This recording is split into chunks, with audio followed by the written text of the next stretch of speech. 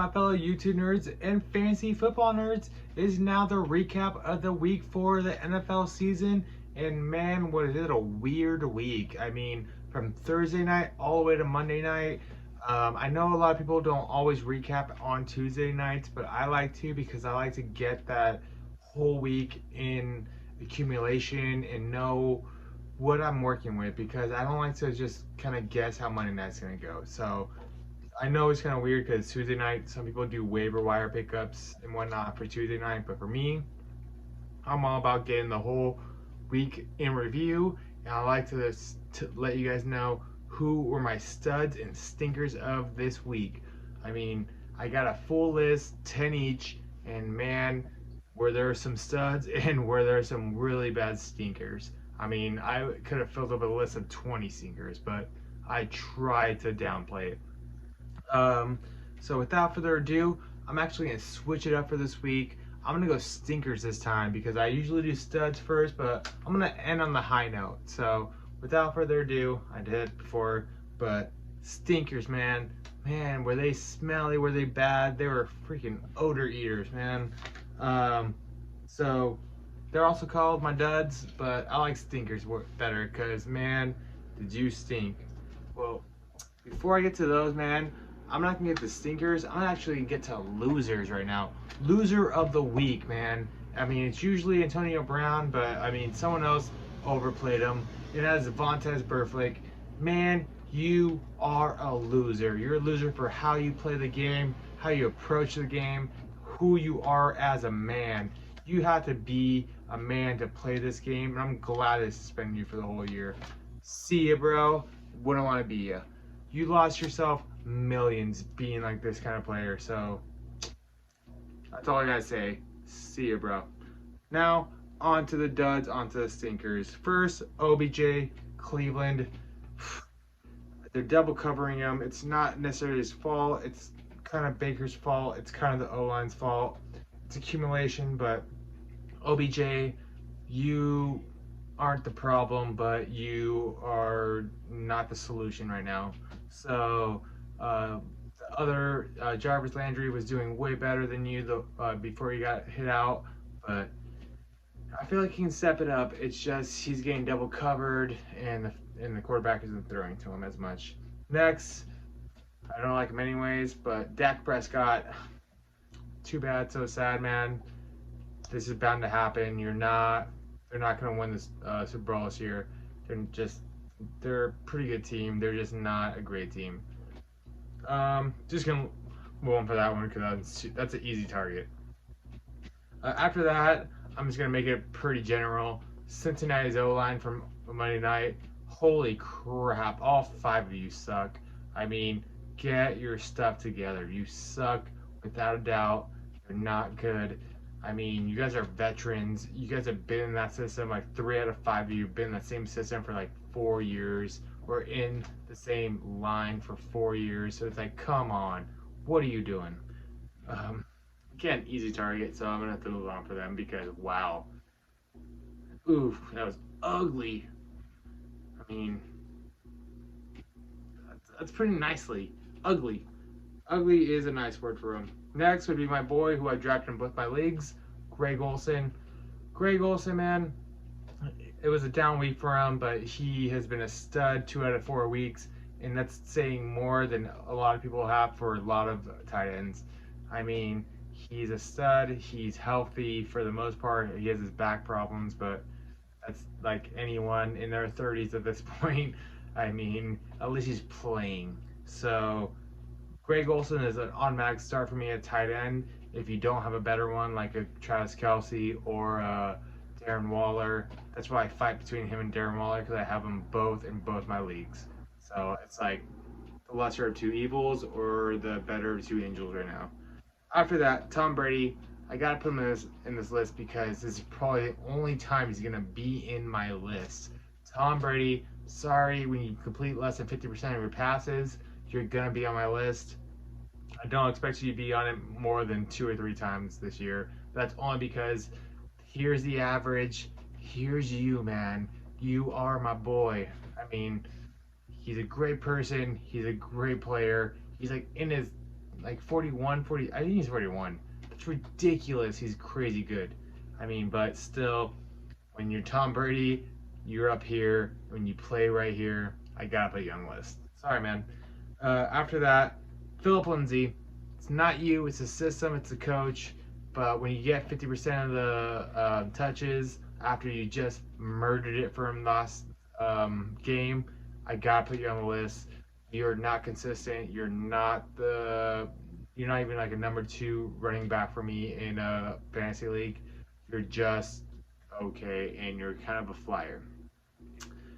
I like you, but I mean, you'd be doing way better if you're like in Seattle or San Francisco or something like that, because they'd actually know what they had in you. Sorry, man. It's just you're in a bad team. Next, it's a tie between the two greatest receivers in the game right now, DeAndre Hopkins and Julio Jones. Just had down weeks, man. But I mean, DeAndre Hopkins has had more down weeks this season. Julio has been killing it. I mean, I expect them both to be still killing it, but you never know. With how much Watkins has been getting hit, you don't know how it's going to happen. So um, they just both weren't up to speed. Another one's going to be another great receiver, but I had to put him separately because he has been destroying it. Keenan Allen, man, for LA Chargers, they still won. They still dominated the Dolphins like they should have, like everyone will. But Keenan, you should have had at least a touchdown. You should have had like over like 120 yards. You should have had like a Adams kind of day from the freaking Green Bay Packers, man. But yeah, shit happens. Or like to say it, Schmidt happens. So after this, I'm gonna have to put all of Kansas City's wide receivers from Watkins to the other ones. I can't even name them right now because they're all like super small known, and I just traded them away. So to Cole Hardman, that's the other one. I forget who the other speedster is, but yeah, all three of them. You guys should have done better. It shouldn't have been that close with the Lions, but maybe the Lions are better than I thought. So Kansas City, step your shit up because you only have like 2 good players on your team right now, and that's Kelsey and the quarterback, Mahomes.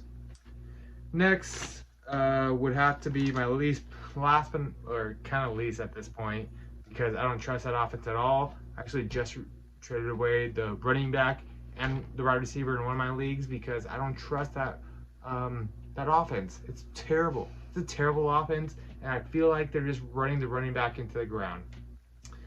It's a wide receiver for, you guessed it, it's the Minnesota Vikings. Man, Adam Thielen, he even said how they should pass more. He even complained about it. It's because he knows passing more will open up the run. You can't run it for 30 times each game. You're not going to win. You're not going to make it past the divisional round of the playoffs doing that shit, man. Get your shit together, Minnesota. You have a good quarterback. You have great wide receivers. And now you have a great running back. But you're going to murder that running back before you get to week 9. That's why I traded him. You're not going to do anything with him if you're going to hurt him. I mean, that's what the Chargers did with LT. That's what Cowboys did with Emmitt Smith. It's what you do if you overrun them. You're going to run them into the ground, literally. And that's what you're doing right now. So sorry, but it's not going to last, and I had to trade him away before I lost my whole season. I'm already 1-3 in that season, or in that league, and I cannot lose anymore. So I thought I did some good trades for him. It was an even 3-player trade for an even 3-player trade. If you want to know what I traded, ask me in the comments, and I might let you know. I actually will let you know because it was a great trade on my part. So that was my that was my stinkers and my duds, man. Now I'm on to my studs. On to my studs, man, because there were so many I couldn't even start from, like, I couldn't even do a 1 through 10. I just had to start mixing them in. Number 1, Eckler. for everyone who drafted him, he was like your pony boy. Like, he did way better than you ever could have expected. He was the best running back you could have gotten, and he was going in like the fourth or fifth round in some leagues. Man, Eckler, thank you, but people are gonna start selling you high right now while they can, because Gordon's coming back, and it's gonna be easy to get rid of you. And I'd probably take him, but right now I'm good on running back, so I don't need Eckler, or maybe I do. I don't know. Next would be Gallman Jr. I told you, man, you had to pick him up, you had to play him, and what happened? He destroyed. It was because of the offense, it was because of the line. They know what they're doing. It was ridiculously easy to play that kid. I should have got him someone, a waiver wire pickup over me, got him. Damn. That's what happens, though. I should have maybe waited the week before to get a great player like that, but that's how you play the game, man. In fantasy, you got to know where you're doing with your waiver wire pickups, and I sure did not expect that. Next, I got to give him this because I was not expecting him to do good the whole year. It's going to be a tandem quarterback to wide receiver. It's number 3 and number 4, Jameis Winston. And who was Jameis Winston throwing to? That was Chris Godwin, man. Chris Godwin lost me the week because I went against that kid. Like, oh my God. I call him a kid because he's younger than me, and that hurts my soul. I mean, damn, man. He destroyed. And Jameis Winston, for the second week in a row, just running through people. Holy crud. I mean, he was just passing it like it was no problem. That's a Rams defense. It wasn't like it was like he was going against freaking San Francisco's defense, or like, I can't even like say like a Washington defense. I don't know. He destroyed a great defense. I mean, and that was my defense too in one of my leagues.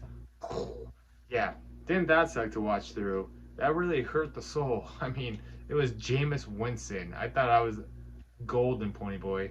Jesus Christ. Next guy I actually already picked up in one of my leagues, or actually both my leagues. My boy, Minshew, man. You got the Minshew stash because I am all in on that guy, dude. I know it's Jacksonville. I know he's just one guy, but he has been just killing it in fantasy. I'm not saying he's going to kill it in the league. I mean, I think he actually might do really well in the league with a good team and a good defense and everything like that. But man, I'm just counting on him on my fantasy. I just think that the rest of this year he's going to keep putting up numbers. He hasn't scored under 15 points in half PPR in all 4 weeks he played, and that's including getting in a quarter and a half after the first week. He only started for 2.5 quarters, and he still got 18 points. Ridiculous, man. I mean, Jesus Christ. I couldn't ask for a better quarterback than that. Like, Aaron Rodgers hasn't done better than that. Like, there's only like 5 or 6 quarterbacks better than that right now. I have that Minshew magic in me, man. That thing is amazing. He's great. I believe in him. He has like confidence, and that's what you need in a quarterback, dude. I love him. Love him all the way in. Minshew magic, man.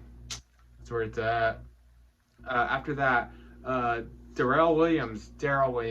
Oh, never going to say it right, but I don't really care because Darrell Williams, he is going to keep destroying it. Even when Davian Williams come back, I think they will put back him heavily. They like him a lot. I like him a lot. LaShawn McCoy is great. He's a good bruiser, but they need an actual fit, strong back, and he seems to be the guy that really knows how to pound it through and get you the yards. Damian Williams, more finesse. Don't like him. Easy enough to say.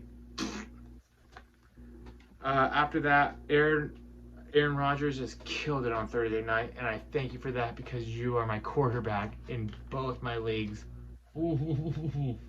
Man, I mean, I also have a backup in my other league, but still, Philip Rivers is harder to choose between you and him. And in the other one, it's you and Minshew. So, I'm gonna go with you until I'm gonna ride or die with you. Man, I'm a ride or die. Man, I'm a ride or die. Dude, Rogers. I'm sorry, you're the greatest though. Um, After that, Will Disley, man. Will Disley. I told you guys to pick him up. Told you to play him. What happened? Destroyed him. He is like a number 8 tight end all year long, if not top 10. I mean, that's like undershooting him. He's great. Keep playing him. Keep plugging him. He's a plug and forget kind of guy. You just make him go and he'll do it. I mean, he's not going to get you 15 points like every week, but he's going to get you those 10s. And that's what you want from a tight end. I mean, that's what I want from a tight end. If you want something greater, you should have gone for Kelsey, top 2 draft picks, because that's the only thing you're going to get that from. Next, Austin Hooper. I'm sad because I actually dropped him after week 1 for some other people, but honestly, it was for Darren Waller, so it was a hard choice. I also had Julio Jones in that league, so I wasn't super upset about it. I don't think he's going to keep it up all year, but I'm glad he's doing really good.